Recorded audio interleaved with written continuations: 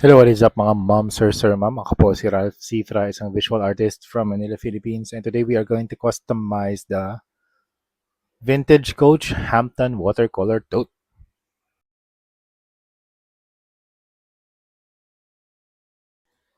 Okay, para sa custom repaint na to, we are going to use Hero Flex It Paints. Meron itong ultra durable paint using polyurethane. Ito ay ultra durable paint using polyurethane technology, which means flexible siya, waterproof, heat resistant, fade resistant, washable, and crack proof. Pwede kayong bumili nito sa Lazada or Shopee or pwede rin kayo mag-inquire sa Facebook Marketplace or sa Facebook account pala ni Hero Paints. So first step is to use white para magkaroon tayo ng sort of primer or magkaroon ng lighter color yung mismong bag or yung canvas.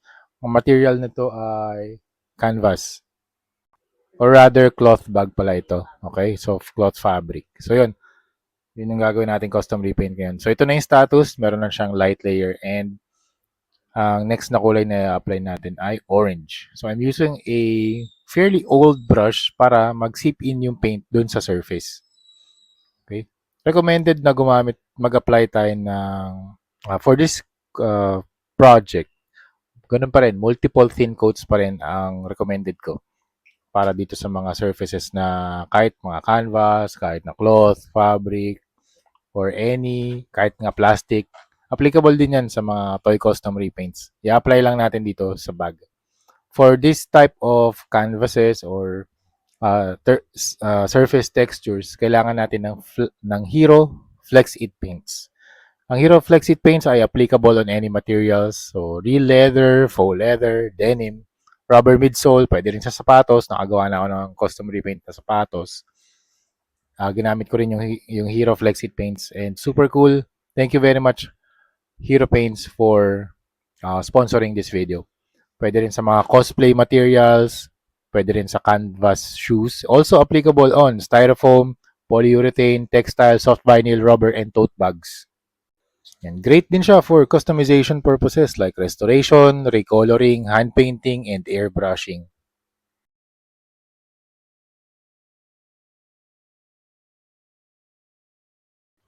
Okay, sa ibang instances, pwede tayong gumamit ng deglazer. Leather is coated with oils and finishes which need to be stripped with deglazer. In this case, hindi na natin kailangan gumamit ng deglazer. Okay? In order for any paint to adhere to the surface, apply drops of deglazer on a cotton pad and apply liberally on the surface until no residue is left. Yun, ginamit ko to sa sapatos.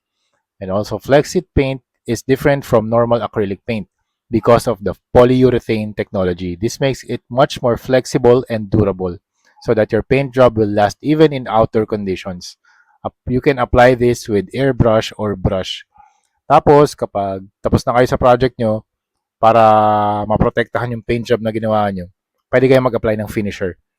Ito yung finishing move. To further add protection to the painted surface as well as even out the finish of the paint job, finisher is added as a final step.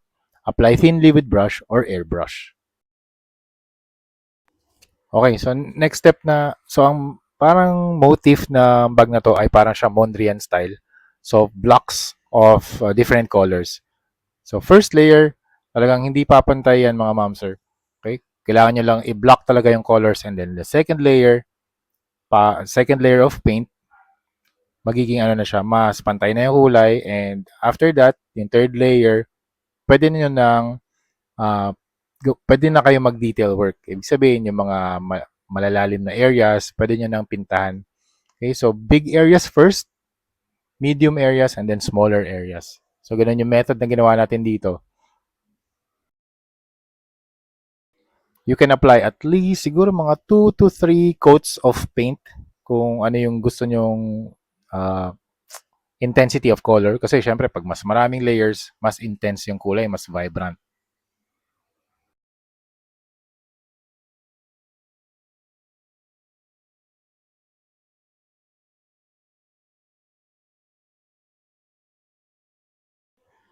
Alright, so yun mga ma'am sir, tapos na ang ating project. Ito na yung final look ng ating Vintage Coach Hampton Watercolor Tote.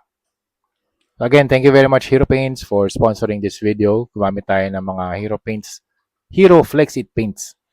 Yan, punta lang kayo sa Hero Paints na Shopee page, Lazada, or Facebook page. So yun, thank you very much for watching and see you sa next video. Bye-bye!